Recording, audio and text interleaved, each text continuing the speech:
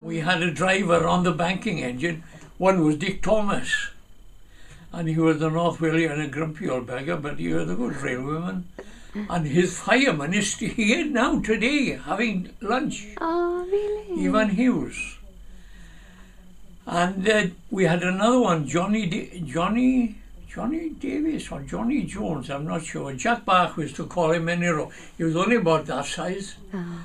And he came off the Vale of Rheidol trains. You see, when the Great Western took over the Vale of Rheidol, he was transferred over, and he was too short to reach the controls of the engine and look out through the window.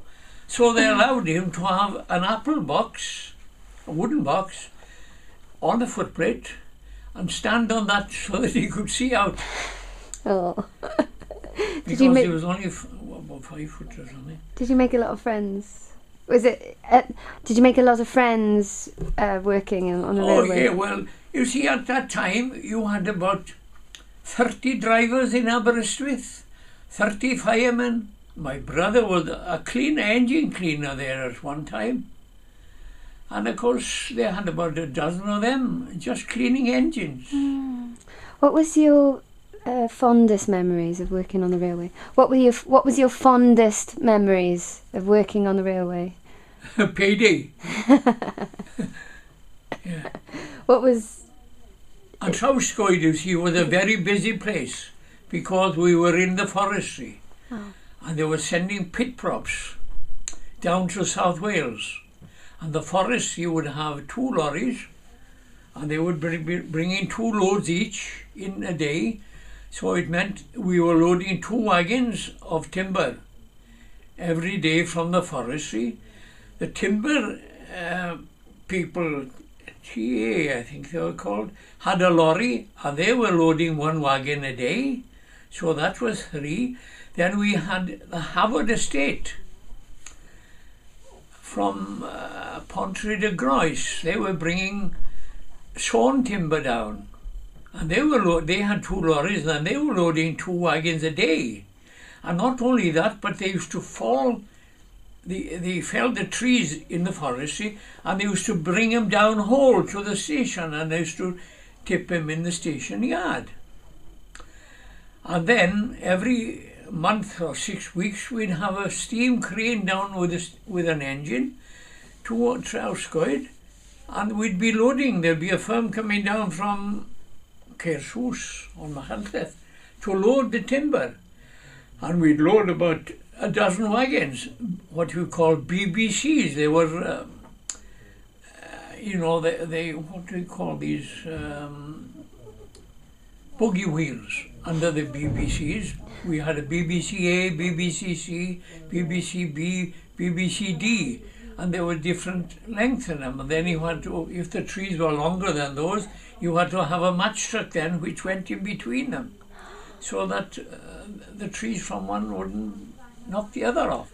And then after we'd finished loading and chained the whole lot up, we used to go then and used to catch the 6:30 goods from Aberystwyth, and they would go to, I can't remember now. Welshpool was the last we sent them anyhow, and the firm is still in Welshpool, Boys and Bowden. Oh. And they were doing furniture then, wherever they were disposing them to somewhere else, I suppose. And we had a chap from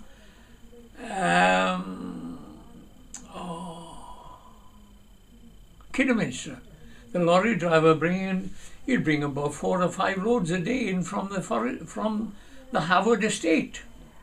And then the freight in the morning, you see, would pick all the loaded wagons up, and we drop empty wagons in Aberystwyth to replace them. It was a very busy, at my time, it was a very, very busy time. And not only that, but we used to load cattle there in the station as well. We'd load a wagon a week. And then there was a trader there living halfway between Aberystwyth and Trowscoid, which used to load cattle for Oswestry. He'd load about 4 or 5 wagons. Because the thing was, you see, these farmers we had no lorries then, only what the forestry had, and at the end of the war they sold a lot of army lorries. And there was hardly anybody with lorries. and they had to walk the cattle miles. We used to load horses in Trowscoid for a place called Carmarthen. They had a horse sale in Carmarthen, and we have to load there. And these chaps, I knew them. I saw one of them the other day. Well, he's died now. And I said, do you know, Dick, I said to him, last time I saw you was in 1942-43, when you loaded a horse. You and your neighbour loaded 2 horses for Carmarthen. And I was booking on at 7. We had to come down, load the horses in the pens. I was only one man, 17 years of age, doing all this work. And accept the trains, run down to pull the signals when it was coming, after loading the horses. And then you'd have a horse box, a special vehicle, you see, for the horses.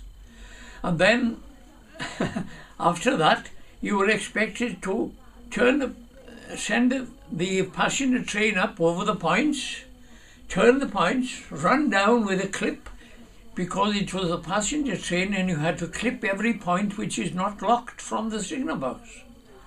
I had to do that on three points. Then you'd call the train back. You'd have to hook on then to the passenger train. The guard would pull the tail lamp off and put it on the back of the wagon. And then you'd have to do all that to make sure that the vacuum brake was attached, otherwise it wouldn't go. Wow, it kept you fit. And then it was right away, and then you have to run back to the box, put the train on line, which was 2 beats, and run back up before you could accept the freight from Llanillar again, and pull all the clips off. 17 years of age, and I had to do an hour's work in 10 minutes.